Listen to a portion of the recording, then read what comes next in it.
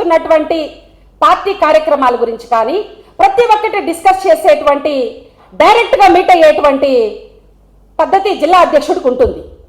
మరి నీ మీద అలాంటి అలిగేషన్స్ ఏదన్నా నువ్వు నిజంగా వినుంటే జగన్ గారితో డిస్కస్ చేసి ఉండొచ్చు కదా. ఎవరో నీ మీద నిందలు ఎందుకు మోపుతారు? ఈ జిల్లాలో డైరెక్ట్గా జగన్మోహన్ రెడ్డి గారిని అనిల్ కుమార్ యాదవ్ గారు కావచ్చు, వేమిరెడ్డి ప్రభాకర్ రెడ్డి గారు కావచ్చు, ఇద్దరు నేరుగా స్వయంగా వెళ్ళి ఎప్పుడైనా మాట్లాడేటువంటి హక్కుని జగన్మోహన్ రెడ్డి గారు కల్పించారు కదా.